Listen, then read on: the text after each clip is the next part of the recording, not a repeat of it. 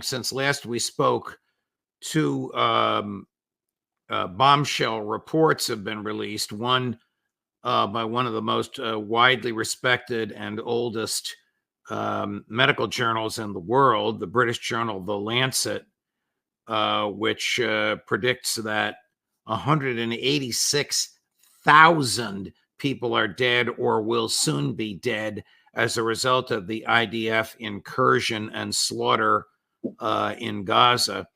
And the other, an investigative report by the Israeli newspaper Haaretz, which reports what a lot of us have been saying. Our colleagues, Aaron Mate and Max Blumenthal, have been saying this for 8.5 months now, that on October 7th, more Israelis were killed, military and civilian, by the IDF employing their so-called Hannibal doctrine, whereby they kill their own people rather than allowing them to be captured as hostages. We'll start with the latter. Does any other country publicly proclaim the right to slaughter its own people, to shoot them in the back? Excuse me. I know of no other case. This is the only case I know of. And by the way, I think that we should applaud both Max and Aaron and the Electronic Intifada as well for making the argument for a long time that the Hannibal doctrine had been employed by the Israelis and getting smeared in the process. Yes. They were all thoroughly smeared for making that argument. And Haaretz has now produced this story that makes it clear that they were spot on. So congratulations. And the Netanyahu administration has not denied the Haaretz reporting, which is now 5 days old. You would think they'd be all over it if they had evidence with which it's irrefutable. They show Netanyahu administration documents in the report. No, the fact is that this is being documented. There's a big investigation taking place inside the IDF to assess what happened on October 7th. The Israelis have a deep-seated interest in figuring out what went wrong on October 7th. And in the process, they will produce a thorough study.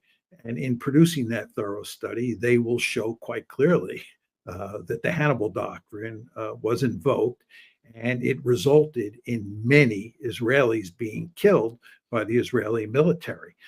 And there's no way that Netanyahu can get away with this because it's all going to come out into the open very soon.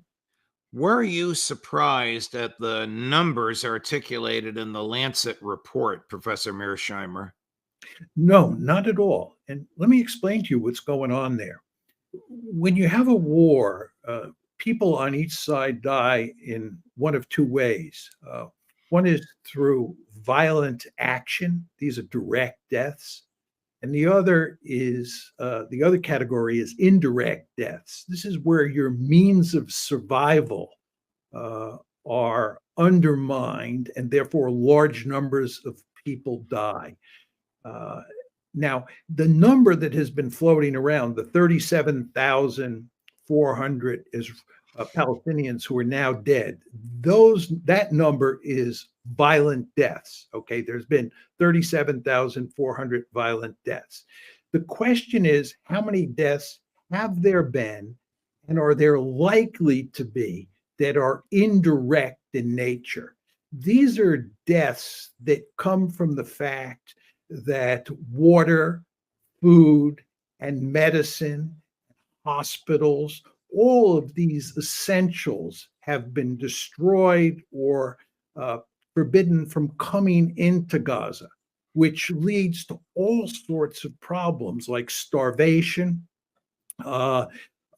disease, exposure, dehydration, right? And people die in large numbers. So it's very important to understand, in addition to all the people who have been directly killed by violent means, lots of other people are being indirectly killed by the fact that Israel is making Gaza unlivable.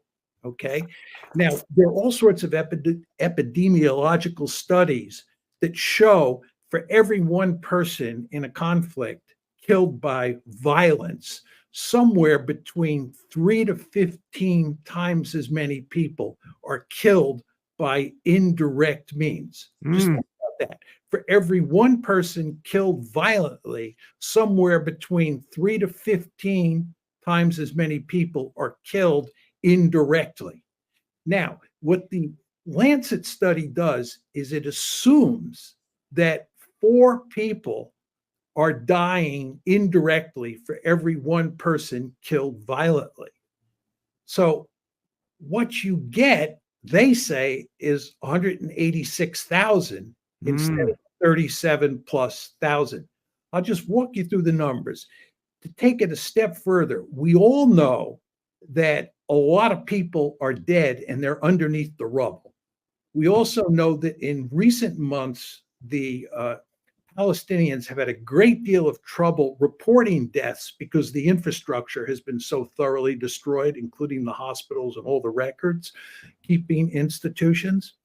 So let's assume that you have 37 plus dead that we know of, and you have another 13 who are either under the rubble or just haven't been reported, for a total of 50. So there are 50 who have been killed, 50,000 by violent means.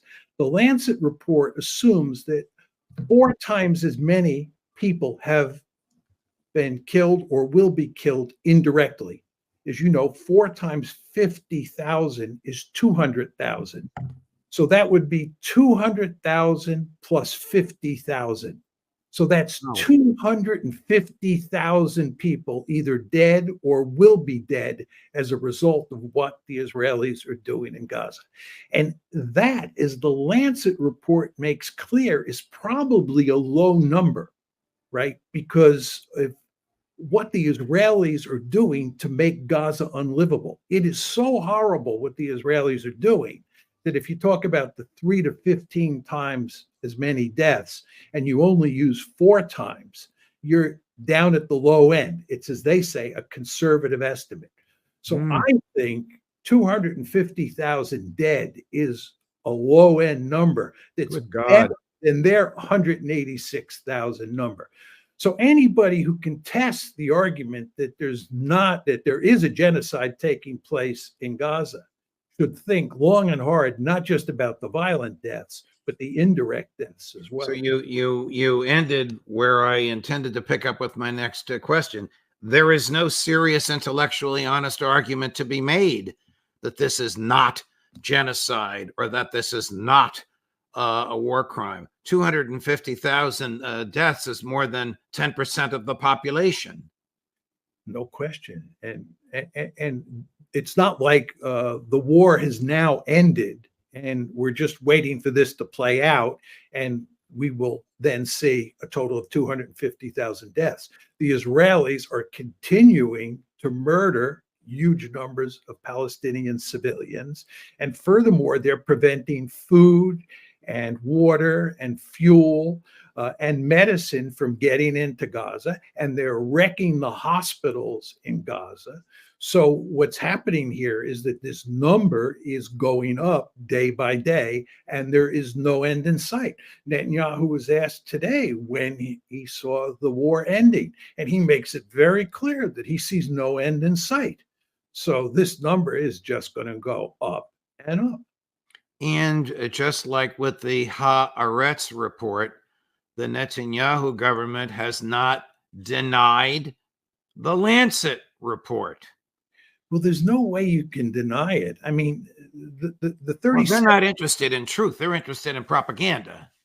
Yeah, but it's getting very hard for them to get away with it, right? Because people are now onto them. The fact that we now know the Hannibal Doctrine was employed on October 7th really matters. It shows that they were lying. Furthermore, all those stories about, beheaded babies and rapes and so forth and so on that have not proved true have gone a long way to undermining the veracity of the Israeli case. And then there are arguments like the one that the Israelis often make, that they are not responsible for the starvation or the devastation in Gaza, it's the fault of the United Nations, right? Mm. If the United Nations and all these international organizations were doing their job, there would be, no starvation, no shortage. God, they murdered United Nations aid workers. It, exactly. Wow. It's Professor it's absolutely horrible. Professor Mearshhiemer, this has been a master class on a very serious, profound, and sickening subject, death in Gaza, but a master class for everyone who watches this show to understand. I'm deeply grateful for it and grateful for your time as always.